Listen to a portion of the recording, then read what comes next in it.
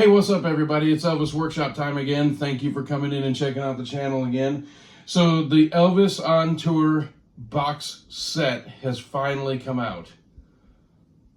So I want to talk about it today. So why wasn't there a soundtrack originally? Some people wonder that. I've had people ask me that before. The reason why, if you don't know, not that I'm some expert, but I know, is that Elvis On Tour came out right around the same time that the Madison Square Garden album was released and the Aloha from Hawaii was released. And it just seemed to be too redundant. They didn't want 3 live concerts in a row with the same set list, pretty much, for the most part, to be released. So there was just no soundtrack that was released. I think they could have been a little bit more imaginative and come up with something, but they just never released anything. So 50 years later, we finally get a soundtrack. Literally 50 years later, we get a soundtrack. We should not have waited this long for a soundtrack. Elvis passed away in 1977, obviously we all know this, and nothing new, as in new, like real new material has come out. And so they've had to dive into all the stuff that Elvis left behind and put releases out. Why did it take literally 50 years to get a new release, a soundtrack release? But it's here now, and there's some problems.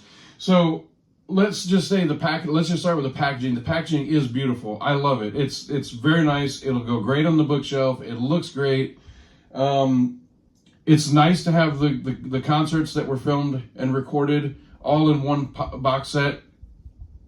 They messed part of that up too with the I Got a Woman being damaged. There's just some issues. It was really disappointing. I found out that the day that I got the release, I found out on Facebook that Ronnie Tutt was left off the booklet. How does that happen? It's so frustrating. Listen, I love the Beatles. I'm a huge Elvis fan, obviously, but I also appreciate all kinds of other music. I love all kinds of other music. I love the Beatles. And, you know, you can't see it, but on that wall over there, I have all kinds of Beatles releases on that bookshelf over there. And every time a new Beatles release comes out, it is pristine. It's perfect. You don't see stupid things like this. How the hell can you release a box set and forget to put Ronnie Tutt's name on there?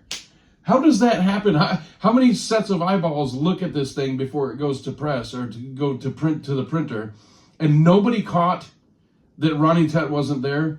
It's beyond ridiculous. It's sloppy. It's lazy. It's disgusting, to be honest with you. And I saw somebody on Facebook today that said one of the alternate discs, the rehearsal disc, is just filled with dead air. The band kind of warming up a little bit, and 4 versions of the same song in a row, and it's basically not a listening CD that you would put on to just spin. It's more of like a deep hardcore collector's CD that they just want every little piece of music they can get, and that it should have been redone. And I completely agree with that. It's great to have these songs, it's great to have the material released, but there just seems to be no care in the way that it's done. It's just kind of slapped together and thrown out. There's backwards photos in the booklet. It's just really frustrating. But I will say the one positive thing on this. Oh, wait, before I get to the positive, also this DVD, this Blu-ray here of the movie Elvis On Tour, it has the beginning is just, yeah, it's so frustrating. It's frustrating to even talk about it. Johnny B. Goode is missing. And so it did not sell well when it was released initially. So they had all these copies just kind of laying around that didn't sell. So they threw the DVD, the Blu-ray into the box set. Look, it's nice to have the Blu-ray as a package with the CDs, but this was the opportunity for them to remake it properly. And they just, again, dropped the ball. It's the same Blu-ray release that came out years ago. They just depackaged it and put it in this new package. It's just frustrating. I'm probably coming across a little agitated, and it's because I am. There's so much potential here, and they just always drop the ball. They just always fail. How can you leave Ronnie Tutt's name off? That's beyond ridiculous. Anyway, but the positive here is the Elvis movie came out, which is a Warner Brothers production. Elvis on Tour is owned by Warner Brothers at this point. And Baz Luhrmann just signed a contract to have the first right to refusal, I think is what it was called. I could be wrong on that terminology, but basically he has the first dibs at redoing the package. I met Baz recently at the airport in Memphis. I happened to bump into him and speak to him, and I had about 10 minutes to talk to him. I talked to him about a bunch of different things. I'm embarrassed to say, and I said this in my last video, I'm embarrassed to say that I didn't say to him, please do everything you can to get this movie put out. Not that my comment would have made any difference, but it turns out that behind the scenes it was already being worked on, that he would have the right to do it. So I just hope that if this box set sells well, which I think that it will, along with how well the movie did. I just saw it again in the theaters yesterday. They put it out after it was nominated for 8 Academy Awards. They put it in the theater again for another week, and I went yesterday. The attendance was pretty fair at the theater that I was in. Let's just hope that this is the catalyst for them to finally do an Elvis on Tour release properly. And I think that if it's Baz Luhrmann's version, that it won't have all these sloppy mistakes and missteps in it that we get with the people that are involved with the Elvis Presley catalog. I just don't understand how you can wait 50 years, and the package was even delayed coming out. This thing was supposed to be out in the fall, and we're just now getting it here in early 2023.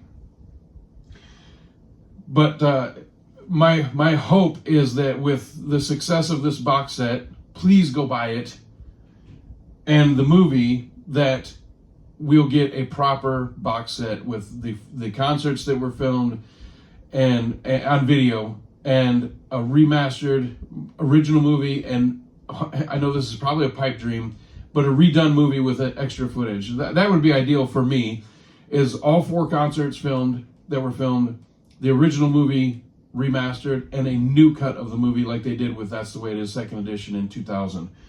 So anyway, quick video.